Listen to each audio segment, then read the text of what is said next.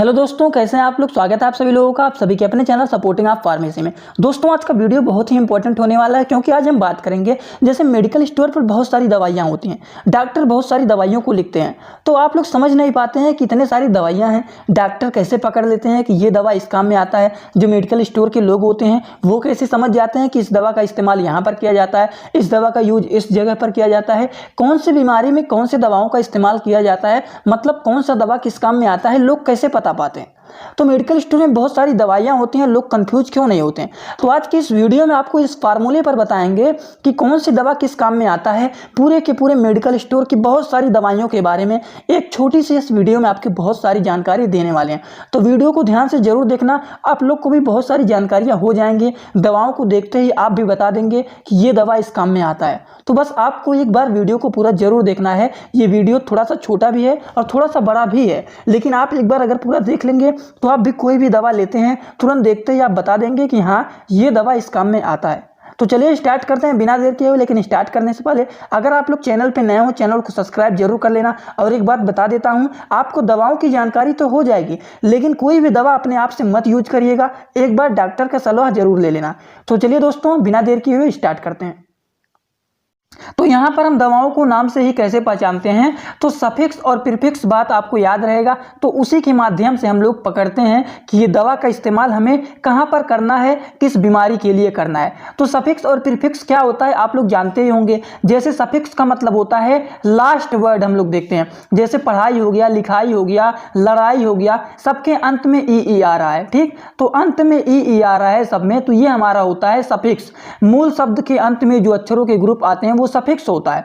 और प्रीफिक्स क्या होता है, प्रीफिक्स का मतलब जैसे हो गया उपमान हो गया, उपकार हो गया, उपचार हो गया, सबके पहले वाले वर्ड में उप आ रहा है, तो ये हमारा हो गया प्रीफिक्स। तो इन्हीं दो माध्यम के द्वारा हम लोग पता करते हैं कि कौन से दवाओं का इस्तेमाल कहाँ पे करना है। अब चलिए बात करते हैं सबसे पहली दवा के बारे में। इसका इस्तेमाल कैसे जानेंगे, किसका कहाँ पे इस्तेमाल करना है। जैसे कि मान लीजिए यहाँ पर केन लिखा गया है। अब दवा के जो लास्ट में आता है केन, तो वो हमारा क्या होगा, ये तो हमारा सफिक्स हो जाएगा। सबके लास्ट में देखिए केन आया हुआ है, केन आया हुआ है ना, तो जो केन आया हुआ है तो इस तरह की जो दवाएं होती हैं ये हमारा होता है लोकल एनेस्थेटिक दवा। ठीक, तो लोकल एनेस्थेटिक दवा ये होता है। अब ये लोकल एनेस्थेटिक दवा में जैसे हमारे हो गए जाइलोकेन हो गए, बेंजोकेन हो गए, एमाइलोकेन हो गए, लीडोकेन हो गए। तो मान लीजिए जो लोकल एनेस्थेटिक ड्रग होते हैं इसका इस्तेमाल कहाँ पर किया जाता है। तो जैसे मान लीजिए जाइलोकेन हो गया, तो ये जो जाइलोकेन है ये इंजेक्शन होता है। इसका इस्तेमाल हम लोग कहाँ पर करते हैं, इसका यूज हम करते हैं, जैसे हम लोग इसका इस्तेमाल करते हैं ऑपरेशन के समय, उस एरिया को शून्य करने के लिए इसका इस्तेमाल करते हैं जाइलोकेन का। लीडोकेन क्या होता है, जैसे मान लीजिए लीडोकेन की बात करें, यहाँ पर एक एग्जांपल दिया गया है लीडोकेन का भी, तो ये क्या होता है, ये ट्रॉपिकल लोकल एनेस्थेटिक होता है जो कि स्किन के ऊपर इस्तेमाल करते हैं। और ये भी क्या करता है, ये भी जहां पर लगाते हैं वो एरिया शून्य हो जाता है। तो जैसे मान लीजिए लास्ट में केन आया है, तो ये लोकल एनेस्थेटिक का दवा होता है जो कि शून्य करने के लिए इस्तेमाल किया जाता है। ठीक, इसमें हमारे जैसे जाइलोकेन हो गया, बेंजोकेन हो गया, एमाइलोकेन हो गया, लीडोकेन हो गया, सबके लास्ट में केन आया हुआ है। तो इस तरह से हम लोग पता करते हैं कि कैसे हम लोग जानकारी लेंगे कि ये दवा किसके लिए है। अब जाइलोकेन हो गया, बेंजोकेन हो गया, एमाइलोकेन हो गया, लीडोकेन हो गया, सबके लास्ट में जब केन है तो आप समझ जाएंगे कि ये दवा लोकल एनेस्थेटिक का है। एंटीबायोटिक की बात करते हैं। एंटीबायोटिक बैक्टीरियल इंफेक्शन को ट्रीट करने के लिए इस्तेमाल किया जाता है एंटीबायोटिक। अब एंटीबायोटिक में जैसे मान लीजिए लास्ट में माइसिन आता है, माइसिन अगर आता है लास्ट में तो वो हमारा एंटीबायोटिक होगा। बहुत सारे एंटीबायोटिक मार्केट में हैं, तो आप लोग देखते होंगे जैसे एजिथ्रोमाइसिन हो गया, एरिथ्रोमाइसिन हो गया, नियोमाइसिन हो गया, स्ट्रेप्टोमाइसिन हो गया। ये सारे के सारे जो दवा हैं ये क्या है, ये सारे दवा जो हैं ये एंटीबायोटिक है। क्या है, एंटीबायोटिक है, और सबके लास्ट में माइसिन आया हुआ है। तो इसी माध्यम से आप पता पा जाएंगे कि हाँ, ये जो हमारा ड्रग है ये एंटीबायोटिक है। बैक्टीरियल वायरस को ट्रीट करने के लिए ये एंटीबायोटिक का इस्तेमाल करते हैं। ठीक, तो बहुत सारे लोग जानते होंगे एंटीबायोटिक का ये सब दवा, एजिथ्रोमाइसिन हो गया, और क्या क्या है, एजिथ्रोमाइसिन, एरिथ्रोमाइसिन, नियोमाइसिन और स्ट्रेप्टोमाइसिन। तो ये सब जो है ये सब के सब एंटीबायोटिक हैं। अब अगली बात करते हैं ओलोल के बारे में। ठीक, ओलोल, अब देखिए सबके लास्ट में ओलोल आया हुआ कि नहीं। जैसे कि हमारा हो गया मेटाप्रोलोल हो गया, एटिनोलोल हो गया, इस्मोलोल हो गया, बिसोप्रोलोल हो गया। ठीक, तो सबके लास्ट में ओलोल आया है कि नहीं, आया है ना। तो ये जो होता है दोस्तों ये होता है बीटा ब्लॉकर। बीटा ब्लॉकर होता है, तो बीटा ब्लॉकर का इस्तेमाल हम लोग कहाँ करते हैं? बीटा ब्लॉकर का इस्तेमाल किया जाता है, बीटा ब्लॉकर ड्रग का इस्तेमाल किया जाता है हाइपरटेंशन के लिए। हाइपरटेंशन होता है, ब्लड प्रेशर हाई हो जाता है, हार्ट अटैक आता है, तो उसमें हम इसका इस्तेमाल करते हैं। मीन सिंपल जान लीजिए, हार्ट से संबंधित किसी भी बीमारी में हम लोग बीटा ब्लॉकर का इस्तेमाल करते हैं। जैसे हमारे एटेनोलोल हो गया, मेटाप्रोलाल हो गया, इस्मोलोल हो गया, बिसोप्रोलाल हो गया, तो ये सब जो दवाएं होती हैं, जैसे हाइपरटेंशन ब्लड प्रेशर बहुत ज़्यादा बढ़ गया है तो उसमें भी ये सब दवाएं यूज किया जाता है। हार्ट अटैक के केस में भी इस्तेमाल किया जाता है। तो मतलब बीटा ब्लॉकर के जो ड्रग होते हैं ये हार्ट से रिलेटेड बीमारियों के लिए इस्तेमाल किया जाता है। तो आपको ये सफिक्स याद रखना है, लास्ट में अगर ओल आया हुआ है तो इसी से आप लोग समझ जाएंगे कि ये दवा जो है ये बीटा ब्लॉकर के लिए है। जैसे कि मेटाप्रोलाल हो गया, एटेनोलोल हो गया, इसोमोलोल हो गया, बिसोप्रोलाल हो गया, तो ये सब दवाएं जो होती हैं हाइपरटेंशन, हार्ट अटैक, हार्ट से संबंधित बीमारियों के लिए ये दवाएं इस्तेमाल किए जाते हैं। डायरेटिक्स, अब हम लोग बात करते हैं लास्ट में अगर माइड और जाइड आया हुआ है, माइड आए या फिर जाइड आए तो क्या किसके लिए होता है? तो जैसे कि मान लीजिए, पहले एग्जांपल समझिए, माइड और जाइड अगर आएगा लास्ट में दवाओं के तो ये डायरेटिक्स मेडिसिन है। तो माइड जाइड जैसे फ्यूरोसमाइड हो गया, ठीक, ब्यूमेटनाइड हो गया, ठीक, बेंजिथनाइड हो गया, ठीक, और क्लोथ्रिजाइड हो गया। तो ये सब जो दवाएं होती हैं ये सब डायरेटिक्स होती हैं। समझ रहे हैं ना आप लोग? ये सब जो दवाएं होती हैं ये क्या होते हैं? डायरेटिक्स होते हैं। तो इसी तरीके से आप लोग पहचानेंगे। अब डायरेटिक्स होते हैं तो डायरेटिक्स का मतलब क्या होता है? इसको खाने के बाद हमारा यूरिन जो होता है वो बढ़ जाता है। तो इन्हें खाने के बाद हमें बार बार यूरिन आता है, बहुत ज़्यादा आता है तो निकालना पड़ता है, यूरिन की मात्रा बढ़ जाता है। और यह मेडिसिन ऐसे पेशेंट को दिया जाता है जिनका ब्लड प्रेशर बढ़ा हुआ रहता है, ठीक, या फिर उनके शरीर में सूजन हुआ रहता है, सूजन रहे, या फिर उनका ब्लड प्रेशर बढ़ा हुआ है, तो उसके लिए डायरेटिक्स का मेडिसिन दिया जाता है। और डायरेटिक्स का मेडिसिन खाने से जो यूरिन की मात्रा होता है वो बढ़ जाता है। तो बार बार पेशेंट को क्या किया जाता है? वो यूरिन बाहर निकालने जाते हैं। तो अगर लास्ट में माइड और जाइड आता है तो इसका मतलब जान लीजिए ये डायरेटिक्स का मेडिसिन है। एग्जाम्पल यहाँ पर दिए गए हैं, एग्जाम्पल आप लोग लिखना चाहते हैं लिख सकते हैं। अगर मेडिकल के स्टूडेंट आप लोग हैं तो वीडियो को रोक करके यहीं पर थोड़ा थोड़ा लिखते हुए चलना आप लोग। अगला बात करते हैं, अगर लास्ट में वीर आया हुआ है तो ये जान लीजिए एंटीवायरल, वायरल इन्फेक्शन के ट्रीटमेंट के लिए, वायरस को ट्रीट करने के लिए इसका इस्तेमाल किया जाता है। जैसे एसाइक्लोवीर हो गया, रिटनोवीर हो गया, एडेनोवीर हो गया, तो सबके लास्ट में आप लोग देखिए वीर आया हुआ है, ठीक। तो सफिक्स यहाँ पर पता चल जा रहा है सबके लास्ट में क्या आया हुआ है, सबके लास्ट में वीर आया हुआ है। तो ये एंटीवायरल ड्रग है। क्या है? ये एंटीवायरल ड्रग है। समझ गए? उसी तरीके से अगर लास्ट में पैम आया हुआ है, पैम PAM आया हुआ है, तो पैम जैसे कि डाइजीपैम हो गया, लोराजीपैम हो गया, सबके लास्ट में देखिए पैम आया हुआ है, ठीक। तो इससे आप लोग पहचान जाएंगे कि ये एंटी एनेस्थेटिक ड्रग है, ठीक। क्या है? एंटी एनेस्थेटिक ड्रग है। तो ये क्या होता है? इसका इस्तेमाल कहाँ पर किया जाता है? तो ये एंटी एनेस्थेटिक ड्रग है। इसका यूज हम लोग तब करते हैं जैसे बहुत ज़्यादा घबराहट हो रहा है, बहुत ज़्यादा बेचैनी हो रहा है, उस पेशेंट को नींद नहीं आ रहा है, तो ऐसे कंडीशन में हम लोग ये दवाएं देते हैं। तो आप लोग इसी से पहचान जाएंगे, अगर लास्ट में पैम आया हुआ है, डाइजीपैम हो गया, लोराजीपैम हो गया, तो ये एंटी एनेस्थेटिक ड्रग होते हैं। एंटी एनेस्थेटिक ड्रग होते हैं, इसका इस्तेमाल बेचैनी में किया जाता है। बेचैनी किसी को हो रहा है, घबराहट हो रहा है, उस पेशेंट को नींद नहीं आ रहा है, तब ये दवाओं को दिया जाता है। अब बात करते हैं लास्ट में अगर स्टेनिन आता है सबके लास्ट में, जैसे एट्रोवेस्टेनिन हो गया, सिमवेस्टेनिन हो गया, ठीक, उसके बाद लोवास्टेनिन हो गया, तो सबके लास्ट में आप लोग ध्यान से वीडियो को रोक करके अगर देख लें तब पता चल जाएगा सबके लास्ट में क्या आया है, स्टेनिन आया है, ठीक। तो ये स्टेनिन आया है, इसका मतलब आप समझ जाएंगे कि ये जो हमारे दवा हैं ये एंटर हाइपरलिपिडेमिक ड्रग हैं, ठीक। एंटी हाइपरलिपिडेमिक का मतलब क्या होता है? एंटी हाइपरलिपिडेमिक का मतलब होता है जो हमारे शरीर में लिपिड की मात्रा जो होता है वो बढ़ जाता है।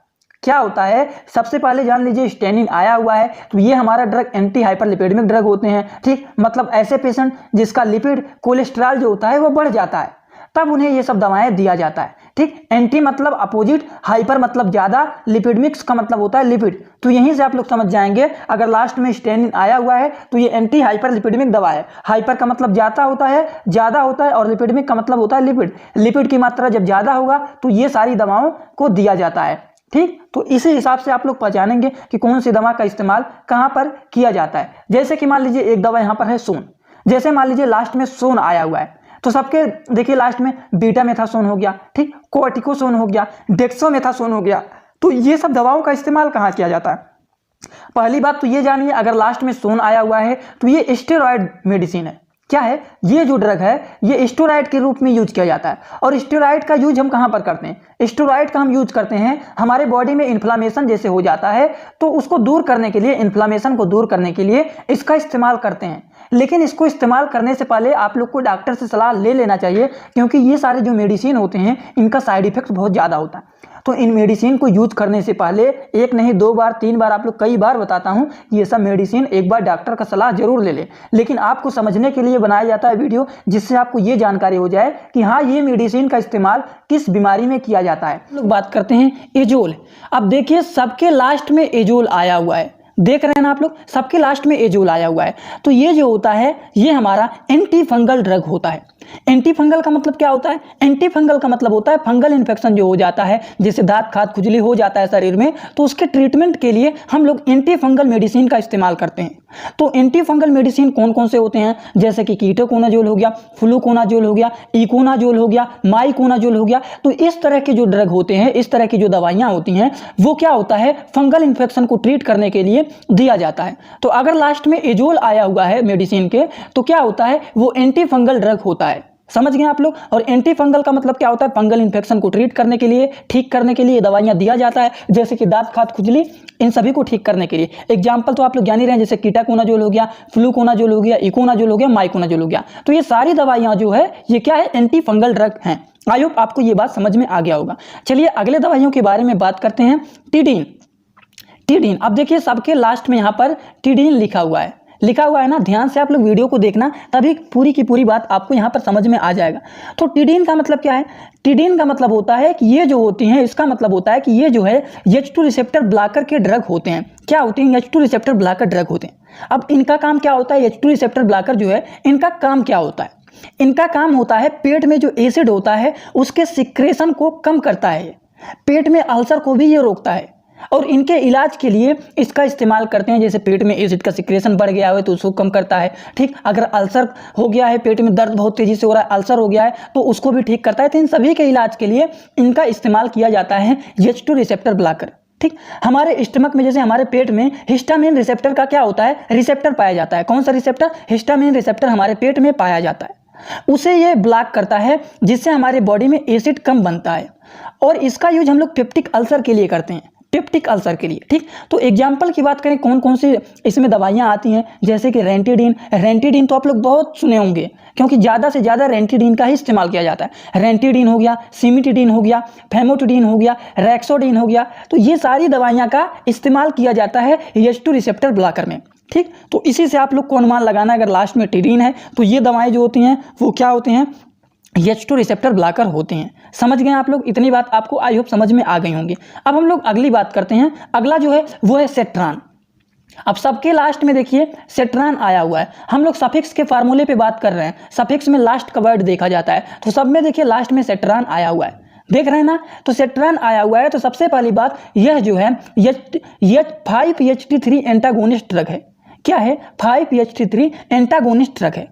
समझ गए आप लोग। तो ये जो होता है 5-HT3 एंटागोनिस्ट होता है, तो इसका इस्तेमाल क्या होता है, इसका इस्तेमाल किया जाता है नौजिया एंड वोमिटिंग में। नौजिया का मतलब होता है जैसे बहुत तेजी से जी मचलाता है, उल्टी हो रहा है, तो नौजिया का मतलब होता है जी मचलाना, वोमिटिंग का मतलब होता है उल्टी होता है। तो इन सभी के ट्रीटमेंट के लिए ये दवा दिया जाता है, जो कि हम लोग सेट्रान से पकड़ते हैं। तो इसमें हमारा क्या क्या आएगा, इसमें हमारा एग्जाम्पल के तौर पर उंडे सेट्रान हो गया, ग्रेनी सेट्रान हो गया, डोलो सेट्रान हो गया। तो इस तरह की दवाइयाँ जो होती हैं वो दिया जाता है नौजिया एंड वोमिटिंग के लिए। समझ गए आप लोग। तो इसी के बेसिस पर आप लोग को पकड़ते हैं कि मेडिसिन को नाम देखते ही आप लोग तुरंत अनुमान लगा लेंगे कि हाँ ये मेडिसिन इसके लिए इस्तेमाल किया जाएगा। समझ गए आप लोग। अब हम लोग बात करते हैं ओफ्लॉक्सासिन। तो ओफ्लॉक्सासिन जो हमारा होता है, सबके लास्ट में देखिए ओफ्लॉक्सासिन आया हुआ है ना। तो ओफ्लॉक्सासिन अगर आता है तो वो हमारा ड्रग होता है एंटीबैक्टीरियल ड्रग। एंटीबैक्टीरियल का मतलब क्या होता है, बैक्टीरियल इन्फेक्शन की ट्रीटमेंट के लिए हम लोग एंटीबैक्टीरियल ड्रग को देते हैं। लेकिन ये जो होता है हमारा, ये फ्लोरोक्यूनिन्स, क्या यहाँ पे लिखा गया है, फ्लोरोक्यूनोलिन्स के कैटेगरी का होता है। बात किया जाए ओफ्लॉक्सासिन जो होता है, इस तरह की जो दवाइयाँ होती हैं वो किस क्लास में आती हैं, तो ये फ्लोरोक्यूनोलिन्स के कैटेगरी में आता है, इसके क्लास में आता है, जो कि हमारा एंटीबैक्टीरियल मेडिसिन होता है। बैक्टीरिया वायरस को ट्रीट करने के लिए ये सब दवाइयाँ दी जाती हैं, जैसे कि हमारा हो गया एग्जाम्पल के तौर पर सिप्रोफ्लॉक्सिन हो गया, नोरफ्लॉक्सासिन हो गया, लियोफ्लॉक्सासिन हो गया। तो सब में देखिए ओफ्लॉक्सासिन लास्ट में आया हुआ है। तो इससे आप लोग अनुमान लगा लेंगे कि ये हमारा एंटीबैक्टीरियल ड्रग है जो कि फ्लोरोक्विनोलोन्स के क्लास का है। समझ गए आप लोग? तो इसी के बेसिस पर आपको पता लगाना है। अगले मेडिसिन के बारे में बात करते हैं, जैसे नाइडाजोल हो गया। समझ रहे हैं ना आप लोग? नाइडाजोल यहाँ पर लिखा गया है। तो नाइडाजोल का मतलब क्या होता है? इसका मतलब होता है ये जो दवा हमारा है ये एंटी एमोबिक ड्रग होते हैं। एंटी एमोबिक का मतलब क्या होता है? इसका मतलब होता है इसका इस्तेमाल उस जगह पर किया जाता है, एमीबा हो गया, प्रोटोजोआ हो गया, उन सभी को किल करने के लिए इसका इस्तेमाल किया जाता है। समझ गए आप लोग? जैसे कि किसी के पेट में दर्द हो रहा है, उसके साथ दस्त भी लगने लग रहा है, उनको पेट में दर्द भी हो रहा है, दस्त भी बार बार उनको लग रहा है, तो उसके लिए ये दवाइयाँ का इस्तेमाल किया जाता है। तो आप लोग मेट्रोनाइडाजोल का इस्तेमाल बहुत ज़्यादा सुने होंगे, मेट्रोनाइडाजोल का, जिसका ब्रांड नेम होता है मेट्रोजील। तो मेट्रोजील बहुत सारे लोग इसके बारे में जानते हैं। तो इसका इस्तेमाल कहाँ पे किया जाता है? जैसे पेट में दर्द हो रहा है, बार बार दस्त लग रहा है, तो उसके लिए ये सब दवाइयाँ का इस्तेमाल किया जाता है। मेट्रोनाइडाजोल हो गया, ओरिंडाजोल हो गया, टिनिडाजोल हो गया। ठीक, तो ये सबके लास्ट में देखिए नाइडाजोल आ रहा है ना, नाइडाजोल। तो ये हमारा जो होता है ये एंटी एमोबिक ड्रग होता है। समझ गए आप लोग? इसी के बेसिस पर हम लोग पता लगाते हैं कि कौन से मेडिसिन का इस्तेमाल कहाँ पर किया जाता है। अब अगर नाइडाजोल कहीं पर आ जाता है तो तुरंत आप लोग पकड़ लेंगे कि हाँ ये मेडिसिन जो हमारा है एंटी एमोबिक ड्रग है। जैसे मेट्रोनाइडाजोल, तो इसके भी लास्ट में देखिए नाइडाजोल आया है। इसके ओरिंडाजोल, इसके भी लास्ट में नाइडाजोल आया है। टिनिडाजोल हो गया, तो इसके भी लास्ट में नाइडाजोल आया हुआ है। तो इसी के बेस पर हम लोग अनुमान लगाते हैं कि कौन से मेडिसिन का इस्तेमाल कहाँ पर किया जाता है। समझ गए आप लोग? अब हम लोग बात करते हैं ट्रिपन के बारे में। ठीक, ट्रिप्टन। अब ट्रिप्टन ये क्या है? ट्रिप्टन जो होता है ये एक ऐसी मेडिसिन है जो कि माइग्रेन में यूज होता है। अब आप लोग कहेंगे माइग्रेन क्या होता है? माइग्रेन में यूज किया जाता है, तो माइग्रेन का मतलब क्या होता है? तो माइग्रेन का मतलब होता है कि यह सिर दर्द जो होता है, ऐसा सिर दर्द होता है, सिर में हमारे दर्द होता है, सर में हमारे दर्द होता है। तो सर में दर्द हो रहा है जो कि काफ़ी लंबे समय से हो रहा है। ठीक, और साथ में हमको उल्टी भी हो रहा है, वोमिटिंग भी हो रहा है, सिर में हमारे बहुत समय से दर्द हो रहा है, काफ़ी ज़्यादा समय से दर्द हो रहा है, साथ में उल्टी भी हो रहा है। तो उन सभी के ट्रीटमेंट के लिए, उनको ठीक करने के लिए हम लोग इस कैटेगरी का दवा का इस्तेमाल करते हैं जो कि माइग्रेन होता है। ठीक, तो ट्रिप्टन लास्ट में आया हुआ है, तो समझ लीजिए वो माइग्रेन मेडिसिन है। माइग्रेन जैसे कि सुमाट्रिप्टन हो गया, ठीक, राइजाट्रिप्टन हो गया, नाइट्रिप्टन हो गया, तो सबके लास्ट में देखिए ट्रिप्टन आया हुआ है। तो इसका मतलब ये माइग्रेन दवा है। ठीक, और माइग्रेन का दवा कहाँ पर इस्तेमाल किया जाता है? काफ़ी समय से हमारे सिर में दर्द हो रहा है, साथ में उल्टी भी हो रहा है, तो उनको ठीक करने के लिए इस तरह की दवाइयाँ का इस्तेमाल किया जाता है। ठीक, अब हम लोग बात करते हैं प्रोफेन के बारे में। ठीक, प्रोफेन, ये प्रोफेन कौन सा मेडिसिन है? इसका इस्तेमाल कहाँ पे किया जाता है? तो प्रोफेन जो होता है ये NSAIDs के अंदर आता है। अब NSAIDs का मतलब क्या होता है? आप लोग थोड़ा बहुत अगर कंफ्यूज होंगे तो जान लीजिए NSAIDs का मतलब होता है non steroidal anti inflammatory drug. क्या होता है? Non steroidal anti inflammatory drug. तो ये जो होता है NSAID के अंदर में ये मेडिसिन आता है प्रोफेन। अब आप लोग बताइए कि प्रोफेन का इस्तेमाल कहाँ पे किया जाता है? तो इसका इस्तेमाल किया जाता है एनाल्जेसिक में, एंटी इन्फ्लामेटरी में, एंटीपायरेटिक में। अब बहुत सारे लोग कंफ्यूज हो जाते हैं कि एनाल्जेसिक का मतलब क्या होता है। तो एनाल्जेसिक का मतलब क्या होता है? थोड़ा सा आप लोग दिमाग लगाएंगे तो आपको समझ में आ जाएगा कि एनाल्जेसिक मतलब होता है अगर शरीर में दर्द हो रहा है तो पेन किलर के रूप में एनाल्जेसिक का इस्तेमाल किया जाता है। एंटी इन्फ्लामेटरी, इन्फ्लामेशन अगर हो गया है शरीर में तो उसको ठीक करता है। एंटीपायरेटिक का मतलब क्या होता है? शरीर में बुखार है तो उसके लिए। तो इन सभी के ट्रीटमेंट के लिए ये इस्तेमाल किया जाता है NSAIDs। लेकिन आपको पता कैसे चलेगा कि NSAIDs की कैटेगरी का मेडिसिन है? तो आपको दिमाग में बैठाए रहना कि अगर प्रोफेन आया हुआ है तो इसका मतलब ये हमारा जो है NSAIDs का मेडिसिन है, non steroidal anti inflammatory drug का ये मेडिसिन है। तो एग्जांपल जैसे देखिए आइबुप्रोफेन हो गया, कीटोप्रोफेन हो गया, फ्लोरोबिप्रोफेन हो गया, तो सबके लास्ट में प्रोफेन आया हुआ है। तो इससे आप लोग अनुमान लगा लेंगे कि ये जो मेडिसिन है NSAIDs का नॉन स्टेरॉइडल एंटी इन्फ्लेमेटरी का मेडिसिन है। समझ गए आप लोग? तो इसी के बेसिस पर पता लगाया जाता है। अब हम लोग बात करते हैं प्राजोल के बारे में। ठीक, तो प्राजोल जो होता है, अगर लास्ट में प्राजोल आया हुआ है, इसका मतलब समझ लीजिए कि ये प्राजोल का क्या मतलब होता है। यह जो होता है यह भी एसिड के प्रोडक्शन, यहाँ पर छोटा सा लिख दिया हूँ, इसका काम क्या होता है? यह भी एसिड के प्रोडक्शन को क्या करता है? डिक्रीज करता है। एसिड के प्रोडक्शन को क्या करता है? घटाता है। और यह ड्रग जो होता है प्रोटॉन पंप इनहिबिटर होता है, मतलब प्रोटॉन के पंप को इनहिबिट करता है। ये जो दवा होता है प्राजोल, एग्जाम्पल के बेसिस पर समझ लीजिए, जैसे पेंटाप्राजोल हो गया, ओमेप्राजोल हो गया, इसमोपेराजोल हो गया, रेबिप्राजोल हो गया। तो ये सब जो मेडिसिन होते हैं ये प्रोटॉन पंप इनहिबिटर होते हैं। ठीक, तो लास्ट में अगर प्राजोल आया हुआ है तो इसका मतलब समझ लीजिए ये जो मेडिसिन है ये प्रोटॉन पंप इनहिबिटर का मेडिसिन है, जो कि एसिड के प्रोडक्शन को क्या करता है, घटाता है। एग्जाम्पल के तौर पर यहाँ पर मेडिसिन बने हुए हैं, आप लोग देख लेना, नहीं तो गूगल पे सर्च कर लेना मेडिसिन का नाम यहाँ पर जो लिखा गया है एग्जाम्पल पर, तो इसको आप लोग अगर गूगल पे सर्च कर लेंगे तो तुरंत आपको आ जाएगा बहुत सारी मेडिसिन इन सभी नामों का। अब हम लोग बात करते हैं ग्लिप्टिन। ठीक, अब ग्लिप्टिन जो का मतलब क्या होता है, अगर लास्ट में ग्लिप्टिन आया हुआ है मेडिसिन का तो इसका मतलब जान लीजिए ये जो ड्रग है किसके लिए है, ये ड्रग है शुगर की बीमारी में इसका इस्तेमाल किया जाता है, डायबिटीज का।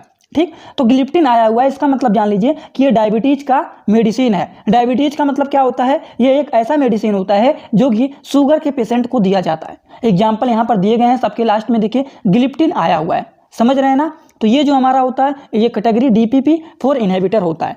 तो अगर लास्ट में ग्लिप्टिन आ गया है तो आप लोग तुरंत पता चल जाएगा कि हाँ ये मेडिसिन डायबिटीज के लिए है। डायबिटीज का मतलब क्या होता है, शुगर के पेशेंट को ये बीमारी, जैसे शुगर किसी को हुआ है तो उनको ये दिया जाता है। बात करते हैं टेरोल के बारे में। अगर दवाओं के लास्ट में टेरोल आया हुआ है, जैसे कि मान लीजिए यहाँ पर सब में देखिए टेरोल आया हुआ है, तो इस तरह के मेडिसिन जो होते हैं वो ब्रोंकियोडाइलेटर होते हैं। अब ब्रोंकियोडाइलेटर का मतलब क्या होता है, ब्रोंकाई को डायलेट करना। जैसे ब्रोंकाई हमारा जब सिकुड़ जाता है तो सांस लेने में दिक्कत होता है। जैसे आप लोगों ने अस्थमा के पेशेंट को देखा होगा कि उन्हें सांस लेने में दिक्कत होती है। ठीक, सांस लेने में दिक्कत होता है तो उन्हें इस कैटेगरी का दवा दिया जाता है जो कि ब्रोंकाई को डायलेट करे और पेशेंट आराम से अच्छे से सांस ले सके। तो अस्थमा वाले पेशेंट को ब्रोंकियोडाइलेटर का मेडिसिन दिया जाता है। एग्जाम्पल के तौर पर जैसे एल्ब्यूट्रॉल हो गया, बेम्ब्यूट्रॉल हो गया, साल्मेट्रॉल हो गया, फॉर्मेट्रॉल हो गया। तो इस तरह के जो मेडिसिन आते हैं वो हमारा अस्थमा के केस में ब्रोंकियोडाइलेटर के रूप में दिया जाता है। ठीक, तो इतना समझ में आ गया। अब आप लोग को इतना बात है, अगर लास्ट में टेरोल मेडिसिन के आया हुआ है तो आप समझ जाएंगे कि यहाँ ये दवा जो है ये अस्थमा के पेशेंट को दिया जाएगा। ठीक, जैसे कि एक यहाँ पर दवा बना हुआ है साल्ब्यूट्रॉल, तो इसी के हिसाब से आप लोग समझ जाएंगे। अगले दवा के बारे में बात करते हैं, जैसे जोलिन आया हुआ है। ठीक, अगर लास्ट में मेडिसिन की जोलिन आया हुआ है, जैसे कि देखिए यहाँ पर भी जोलिन आया हुआ है, यहाँ पर भी जोलिन आया हुआ है, तो इस तरह के मेडिसिन जो होते हैं वो नेजल डिकंजेस्टेंट होते हैं। अब नेजल डिकंजेस्टेंट का मतलब होता है, जैसे कि नेजल का मतलब हो गया नोज, नोज का मतलब होता है नाक, और डिकंजेस्टेंट का मतलब होता है नाक हमारा जो जाम हो जाता है, तो उस केस में कौन से मेडिसिन को दिया जाता है। अगर जोलिन आया हुआ है तो इसका मतलब समझ लीजिए कि ये नेजल डिकंजेस्टेंट के लिए है। जैसे नाक किसी का जाम हो जाता है तो इस कैटेगरी का दवा दिया जाता है, जैसे ऑक्सीमेट्राजोलिन हो गया, ठीक, मेटाजोलिन हो गया, जाइलोमेटाजोलिन हो गया। तो ये सब नेजल डिकंजेस्टेंट के पेशेंट को दिया जाता है। जिस पेशेंट का नाक जाम हो गया है तो उन्हें इस कैटेगरी का दवा दिया जाता है। समझ गए आप लोग। अब हम अगले दवा के बारे में बात करते हैं। अगला हमारा है वोडिन। ठीक, अगर वोडिन लास्ट में आया हुआ है तो इसका मतलब समझ लीजिए इस कैटेगरी के जो दवा होते हैं वो HIV और एड्स के पेशेंट को दिया जाता है। जिस पेशेंट को HIV हो गया है, एड्स हो गया है, उन्हें इस कैटेगरी का दवा दिया जाता है। अब सबके लास्ट में देखिए वोडिन आया हुआ है ना। जैसे कि हमारा सबसे पहला है लेमिव्यूडिन हो गया, स्टाव्यूडिन हो गया, जीडोव्यूडिन हो गया। तो इस कैटेगरी के मेडिसिन जो होते हैं वो HIV और एड्स के पेशेंट को दिया जाता है। किसे दिया जाता है, HIV और एड्स के पेशेंट को दिया जाता है। आई होप आप लोग बातों को समझ रहे होंगे। और जो लोग मेडिकल के स्टूडेंट हैं, अगर वो लोग कॉपी में लिखना चाहते हैं तो इसे वीडियो को रोक करके लिखते हुए जरूर चलना। अगला हम लोग बात करने जा रहे हैं दोस्तों क्वाइन के बारे में। अगला है क्वाइन। तो क्वाइन जो है, इस तरह के जो मेडिसिन होते हैं वो एंटी पैरासिटिक होते हैं। क्या होते हैं, एंटी पैरासाइट होते हैं। अब एंटी पैरासिटिक का मतलब क्या होता है, ये जो होता है पैरासाइट के अगेंस्ट इसका इस्तेमाल किया जाता है। ठीक, पैरासाइट के अगेंस्ट इसका यूज किया जाता है इस तरह के मेडिसिन का। ठीक, जो कि मलेरिया के डिजीज के लिए होता है। जैसे किसी पेशेंट को मलेरिया हो गया है तो उन्हें एंटी पैरासाइट का मेडिसिन दिया जाता है। जैसे कि एग्जांपल देख लीजिए, क्लोरोक्विनिन्स हो गया, हाइड्रोक्लोरोक्विन्स हो गया, मेफ्लोक्विन्स हो गया। तो सबके लास्ट में क्विन आया हुआ है। तो अगर लास्ट में क्विन आया हुआ है तो इसका मतलब आप लोग समझ जाइए कि ये मेडिसिन जो है वो एंटी पैरासिटिक मेडिसिन है, जो कि मलेरिया के केस में दिया जाता है। समझ गए आप लोग। आई होप आपको पूरी बात समझ में आ रहा होगा। तो चलिए अब हम लोग अगले मेडिसिन के बारे में बात करें। अगला है रीफा। तो अगर लास्ट में रीफा आया हुआ है मेडिसिन के लास्ट में, नहीं, यहाँ पे देखिए ये जो मेडिसिन है ये प्रीफिक्स है। प्रीफिक्स में आगे देखिए रीफा आया हुआ है, सबसे पहले सब में आया हुआ है। देखिए ठीक, अगर लास्ट में मिलेगा सब में तो वो हमारा सफिक्स होगा। अगर पहले यहाँ पर मिल रहा है तो ये समझ लीजिए प्रीफिक्स है। तो सबके स्टार्टिंग में ही रीफा आया हुआ है, देख रहे हैं ना आप लोग। तो इस तरह का मेडिसिन अगर दिखता है आपको रीफा नाम से तो वो एंटी ट्यूबरकुलिन्स है। ठीक, एंटी ट्यूबरकुलिन्स का मतलब होता है कि ये मेडिसिन जो है वो टीबी के पेशेंट को दिया जाता है। ठीक, ट्यूबरकुलोसिस मतलब टीबी के पेशेंट को दिया जाता है। अब बहुत सारे लोग टीबी के बारे में नहीं जानते हैं, तो टीबी क्या होता है? टीबी एक बैक्टीरियल डिजीज होता है जो कि माइकोबैक्टीरियम ट्यूबरकुलाई के द्वारा होता है। तो इस तरह के पेशेंट को जिसे टीबी हुआ है उन्हें इन कैटेगरी का मेडिसिन दिया जाता है, जिसके स्टार्टिंग में रीफा आया हुआ रहता है, वो हमारा इस तरह के मेडिसिन होते हैं। ठीक, जैसे रीफामेट हो गया, रिफाम्पिन हो गया, रीफापेंटाइन हो गया, रिफेप्टर हो गया, तो सबके स्टार्टिंग में ही रीफा आया हुआ है। इसका मतलब ये एंटी ट्यूबरकुलेंस का मेडिसिन है जो कि टीबी के पेशेंट को दिया जाता है। ठीक, समझ गए आप लोग। अब बात करते हैं एस। देखिए, एस अगर आया हुआ है तो इसका मतलब क्या होता है? इस तरह की जो सभी दवाइयाँ होती हैं वो थ्रोम्बोलाइटिक्स होती हैं, मतलब क्लॉट बूस्टर होता है। जैसे मान लीजिए किसी को कहीं पर चोट हो लग जाता है, अब चोट लग गया तो वहीं पर खून का उनका थक्का जम जाता है। ठीक, अगर खून का थक्का जम गया है तो उसे ठीक करने के लिए थ्रोम्बोलाइट का मेडिसिन दिया जाता है। जैसे कि थ्रोम्बोलाइट का इंजेक्शन दिया जाता है, जैसे कि मान लीजिए एनिमेज हो गया, एमाइनेज हो गया, ठीक, रीटावेस हो गया, ठीक, स्ट्रेप्टोकाइनेज हो गया। तो सबके लास्ट में देखिए एस आया हुआ है। ठीक, तो सबके लास्ट में एस आया हुआ है, तो इससे आप लोग अनुमान लगा लेंगे कि हाँ, ये जो मेडिसिन है, ये जो दवा है वो है थ्रोम्बोलाइटिक्स। और थ्रोम्बोलाइटिक्स कब इस्तेमाल किया जाता है? जैसे मान लीजिए किसी का एक्सीडेंट हो गया या फिर किसी चीज़ के द्वारा वो गिर गए हैं, अब उनका ब्लड वहीं पर जम जाता है तो इसको दिया जाता है। तो इसको जो थ्रोम्बोलाइटिक्स को दिया जाता है, तो जो ब्लड का थक्का जमा हुआ है वो थक्का धीरे धीरे करके वहाँ से हट जाता है, रिमूव हो जाता है। तो उनकी जगह पर उसको ठीक करने के लिए इस तरह के मेडिसिन को दिया जाता है। तो आप इससे अनुमान लगाएंगे, अगर लास्ट में एस आया हुआ है तो आप लोग समझ जाएंगे ये मेडिसिन जो है, ये ड्रग जो है वो थ्रोम्बोलाइटिक्स हैं। चलिए अगले दवाओं के बारे में बात करते हैं, कैल्सी। अब ये कैल्सी क्या है, इससे आप लोग क्या अनुमान लगा लेते हैं? ठीक, अगर लास्ट में देखिए ना, स्टार्टिंग में, ये हमारा स्टार्टिंग में देखिए कैल्सी आया हुआ है, कैल्सी आया हुआ है ना, तो ये क्या है? इनका use calcium and vitamin D के सप्लीमेंट के रूप में यूज किया जाता है। जैसे कि विटामिन डी और कैल्शियम के सप्लीमेंट के रूप में इसका इस्तेमाल किया जाता है। कैसे? जिससे कैल्शियम की कमी हो गया है, विटामिन डी का कमी है, तो उसके रूप में इसका इस्तेमाल किया जाता है। जैसे कैल्सीफेरॉल हो गया, ठीक, कैल्सीसिट्रॉल हो गया। ठीक, तो इस तरह के जो मेडिसिन होते हैं वो क्या होते हैं? कैल्शियम एंड विटामिन डी के सप्लीमेंट होते हैं। ठीक, जैसे कि यहाँ पर आप लोग को दिख रहे होंगे कुछ मेडिसिन यहाँ पर बने हुए हैं, और आप लोग दवाओं के नाम को लिख करके गूगल पे सर्च कर लेना, बहुत सारे मेडिसिन आपको दिख जाएंगे। समझ गए आप लोग। अब हम लोग बात करने जा रहे हैं अगले के बारे में, वो है लैम।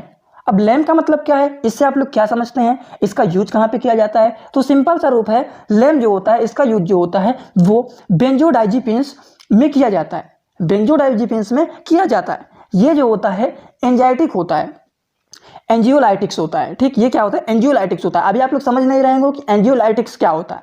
तो इस तरह के जो मेडिसिन होते हैं वो एंजाइटी के केस में, किसके केस में? एंजाइटी के केस में इसका इस्तेमाल किया जाता है। और इसका केवल लैम का ही नहीं, अगर लास्ट में लैम आया हुआ है या फिर पैम आया हुआ है, पैम का भी सेम वही एग्जाम्पल है। सेम जैसे लैम हो गया, वो भी बेंजोडाइजिपिन्स होता है, वो भी हमारा इस तरह के मेडिसिन जो होते हैं एंजाइटी के केस में इस्तेमाल किया जाता है। जैसे लास्ट में लैम आया हुआ है तो एलेप्राजोलम हो गया, माइडाजोलम हो गया, तो सबके लास्ट में लम आया हुआ है। तो इस तरह के मेडिसिन जो होते हैं वो क्या होते हैं? बेंजोडाइजिपिन्स होते हैं, जो कि एंजाइटी के केस में इस्तेमाल किया जाता है। इसी तरह से एक पैम होता है, अगर लास्ट में पैम आया हुआ है तो वो भी क्या होता है? बेंजोडाइजिपिन्स होता है, और वो भी एंजाइटी के केस में इस्तेमाल किया जाता है। समझ रहे हैं आप लोग। तो उसका भी एग्जाम्पल आप लोग को यहाँ पर दे दिया हूँ, जिससे आप लोग कंफ्यूज ना हो। अगर लैम आया हो या फिर पैम आया हो तो दोनों का मतलब सेम है, लैम हो या फिर पैम हो। तो देखिए सबके लास्ट में यहाँ पर पैम आया हुआ है, तो सेम ये बात यहाँ पर है। ठीक, ये भी हमारा बेंजोडाइजिपिन्स होता है, जो कि इस तरह के मेडिसिन होते हैं, वो भी एंजाइटी के पेशेंट को दिया जाता है। समझ रहे हैं आप लोग। तो यहाँ पर देखिए लैम आया हुआ है। ठीक, लैम अगर आया हो तो ये भी हमारा क्या होता है? बेंजोडाइजिपिन्स होता है, जो कि एंजाइटी के पेशेंट को दिया जाता है। उसी तरीके से अगर पैम आया हो तो वो भी क्या होता है? ये भी बेंजोडाइजिपिन्स होता है, और ये भी एंजाइटी के पेशेंट को दिया जाता है। तो इसी हिसाब से हम लोग पता करेंगे कौन सा मेडिसिन किस काम में आता है। तो दोस्तों वीडियो कैसा लगा कमेंट बॉक्स में जरूर बताइएगा।